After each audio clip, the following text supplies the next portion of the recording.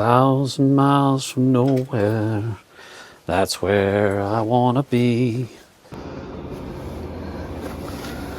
What do you think? More gas? Hobo says we need more gas. Oh my goodness. Hobo's being lazy. More gas, sir. And he's getting out.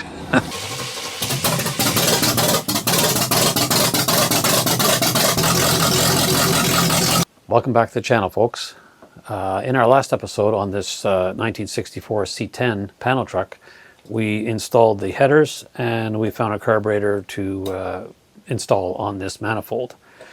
But we've already run into some issues. One big one is the fact that when you actuate the throttle, the carburetor lifts off from the manifold, otherwise known as a high lift air gap carburetor. Not really, but as you can see, we've got some interference there with the throttle plates. And that's what happens when you try and put a knockoff square bore carburetor, which there's nothing wrong with it that I know of, but it doesn't really fit on a Quadrajet manifold. So, of course, I went to YouTube and talked to some real mechanics, and they told me I need to have a carburetor adapter plate. I purchased a carburetor adapter plate from Amazon, also known as my personal bankruptcy team, and we're going to see if this is going to solve the problem. I'm hoping that it will. I'm not familiar with this scenario. It's got some heft to it, so I think it's aluminum. We'll see what we got in here. But this is supposed to solve the problem. Basically, it just adapts a square bore to a Quadrajet manifold. So we'll see how that works.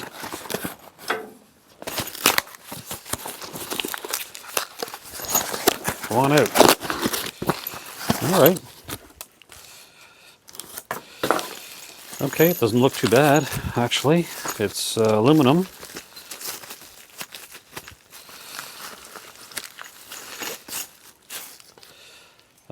Yeah, there it is. It's not solid aluminum. It has some weight reducing features, but doesn't look too bad. Came with two gaskets, so one for the bottom and one for the top of that adapter, I assume. So that looks good, and also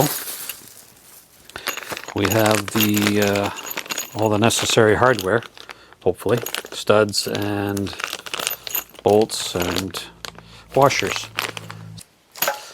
So let's hope that this is going to solve the problem, because the way it is now, it is not going to work. So hopefully this is what the answer is.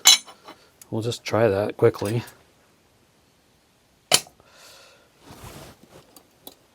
There we go. Now we're getting full throttle. So let's get this thing installed, and then we can move on to the linkages and stuff. All right, let's get to it. I've decided I'm going to put a little bit of sealer on this gasket. It's a nice looking gasket. It came with the adapter plate, but it's a very dense, hard material, and I'm not 100% confident that it's going to seal up. So I'm going to just put a really light skim on there, and hopefully that'll take care of any issues. Just smooth that out.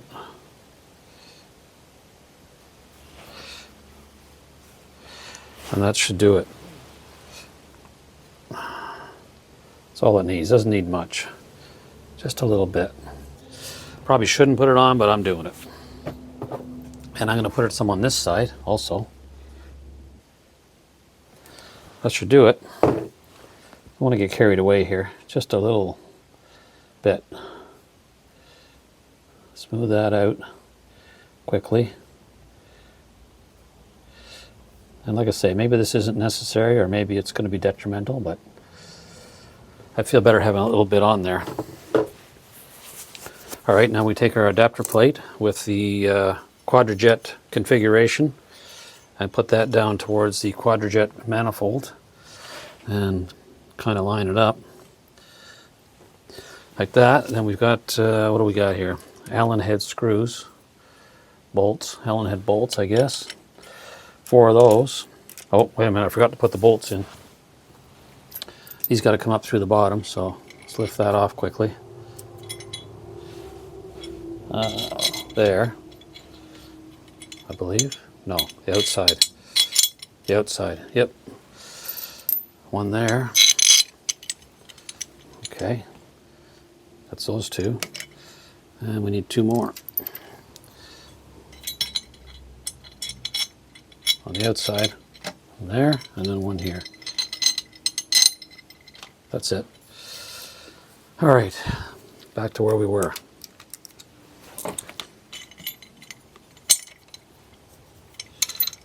Got our Allen head screws in.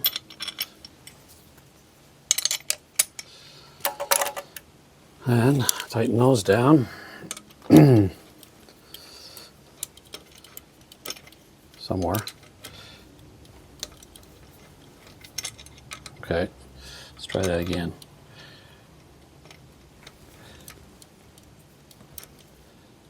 Okay, that's one that didn't go. Oh, that didn't work. That's because I'm using the wrong screws. This is the screws I need to use. So let's try it again. Oh my. Now hopefully these are long enough to cinch it down. But those other screws, they wouldn't even catch. I don't know why they sent me those, because they're useless. But I think we're going to be okay with these. Okay. Hopefully these aren't too long. That one's okay.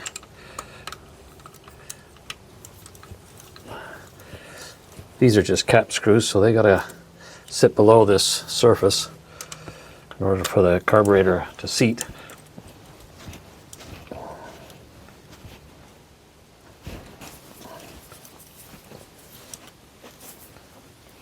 All right, let's give it one more shot here.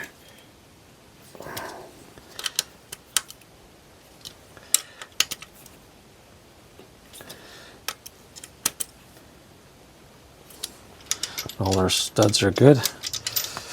Let's cinch it down once more.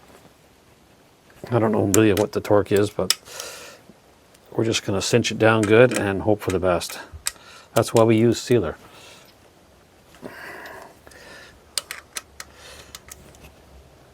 Okay, that's good. All right, now our gasket for the square bore carburetor will go like that.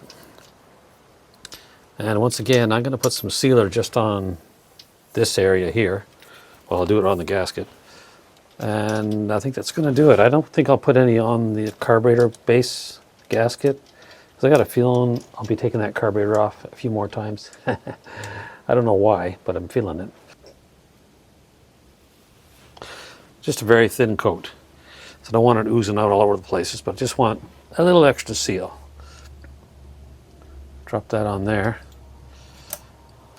Okay, let's drop that carburetor on and see how it looks. Which way does it go? Like that. 1, 2. There it is.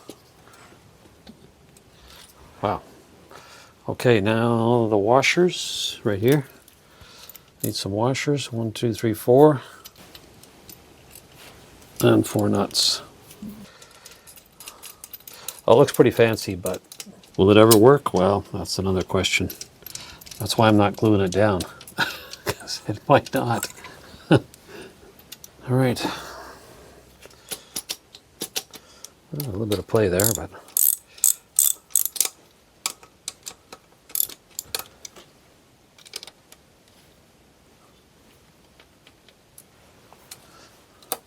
and we got full throttle.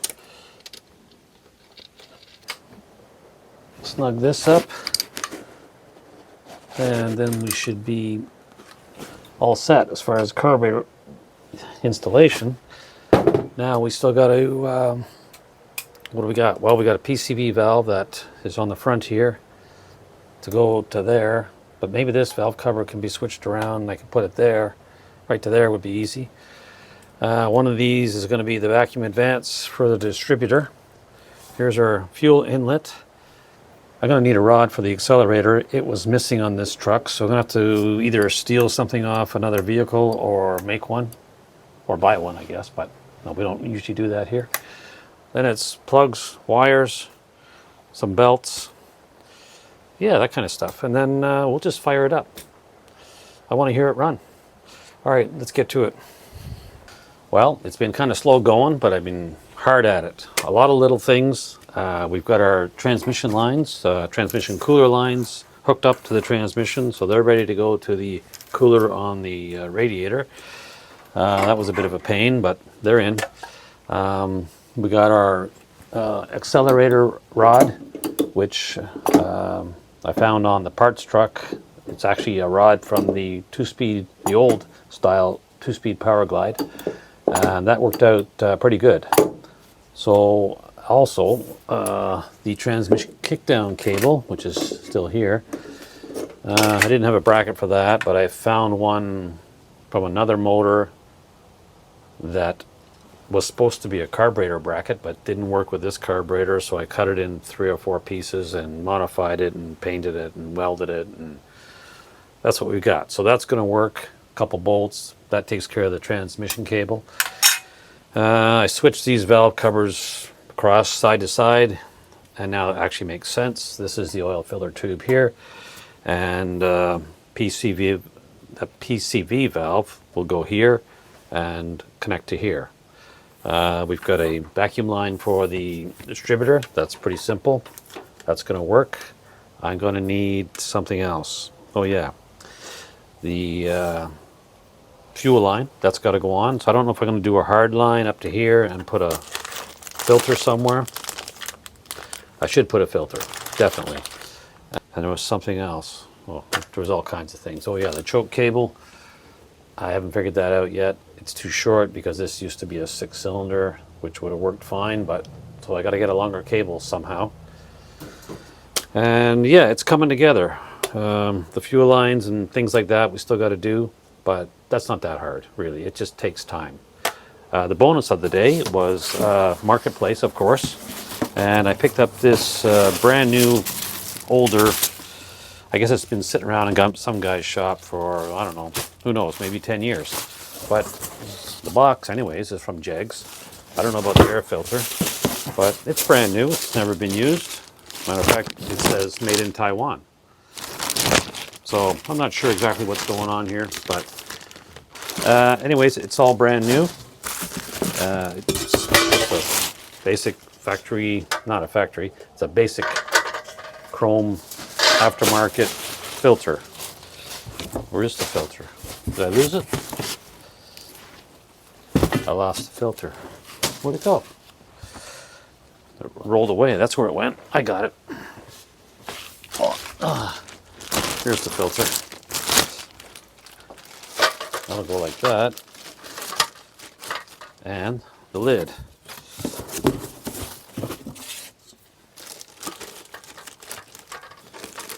Wow, look at that. Yeah, that's going to work. That's fine. Look, you even got a carburetor stud here. That's going to go on like that. So that's pretty cool. That'll work. That solves that problem. And it was like 40 bucks. So, you know, can't go wrong. Put that back in there. So we'll just carry on. I'll keep doing this. We'll do the fuel line and the vacuum lines. And oh, yeah, right. I got to put the spark plugs in. Should be a set of wires coming today, so I can get them all connected. And then we're close to firing this up. I don't have a cooling system yet, but we'll see how this goes. All right. Well, here we are, another evening, and we've made some progress.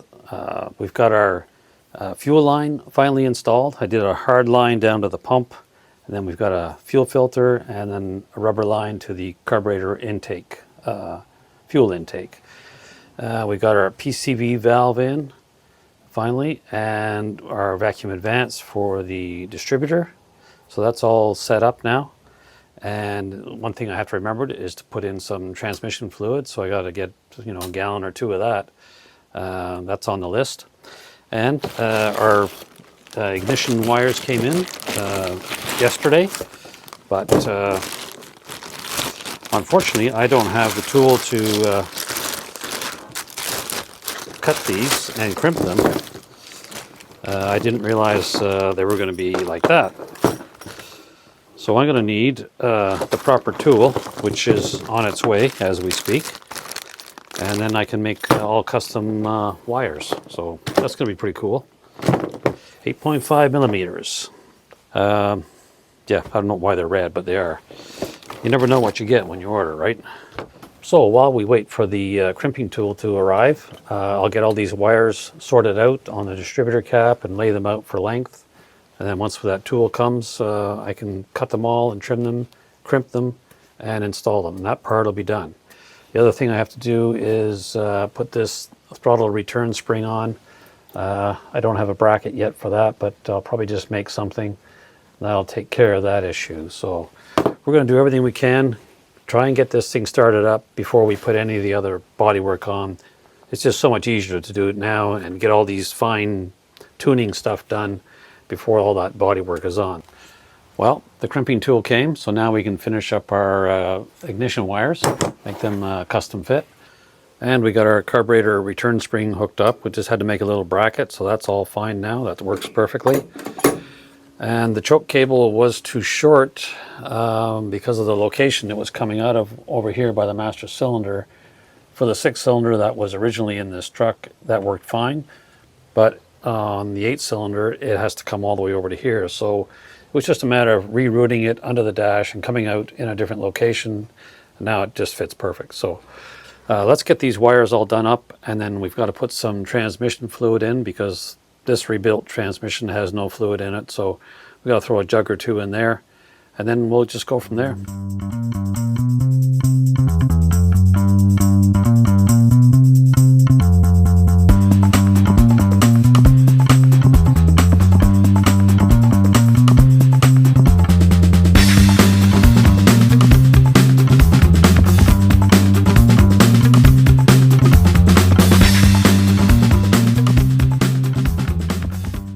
All right, we got the wires done. Now, this tool was actually well worth the money. For doing ignition wires, I think it's a must. And it's nice to have them all custom length and sorted out properly. So let me show you what I got there. Overall, I'm pretty happy with these wires. They were about 60 bucks or so off Amazon. They're silicone, 8.5 millimeters. And it's kind of nice to be able to cut them to the custom length. That worked out pretty good. This is my zip tie wire loom accessory, and once you cut them all off they look like that. That's not too bad. Keeps them all nice and neat, and yeah, that should work out just fine. Next we're going to have to put some transmission fluid in here and go from there. All right, let's keep going. All right, that's about a gallon, 5 liters. That's a good start. Let's clean up all this mess because things are out of control again. So let's get this cleaned up and we'll go from there. All right, we've got the ignition wires in. I've got a fuel line hooked up to a gas can right here. So we've got fuel. It's primed. I've got fuel at the carb. We don't seem to have any leaks yet, so that's good. We don't have an exhaust system, so all we have is shorty headers. And we don't have a cooling system. But I want to hear it run before we get into all that stuff. So let's just give this a shot. So let's go with some ignition. And I've got some chainsaw gas here. So I think that's going to work just fine. And we'll just see what happens. Oh yeah, got to crank it over. So I've got a screwdriver here. We'll just jam that in there and hope for the best.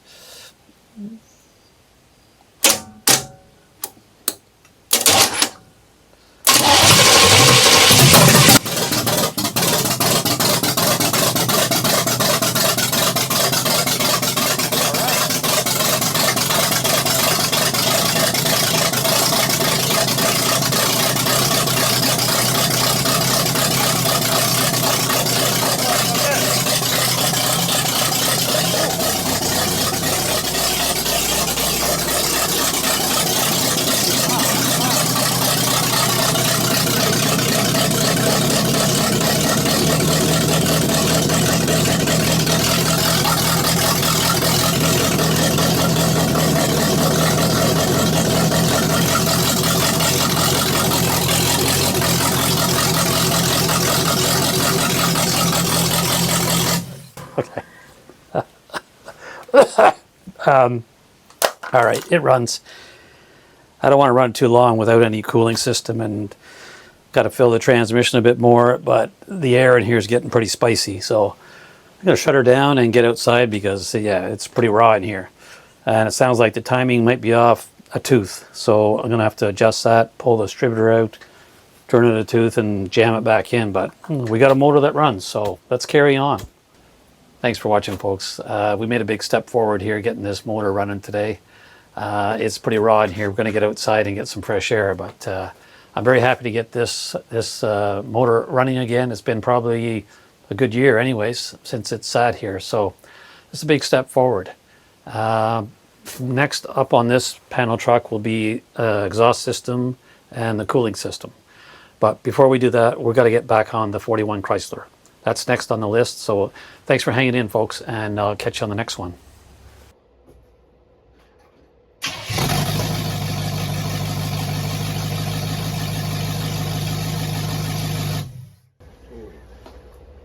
That's loud.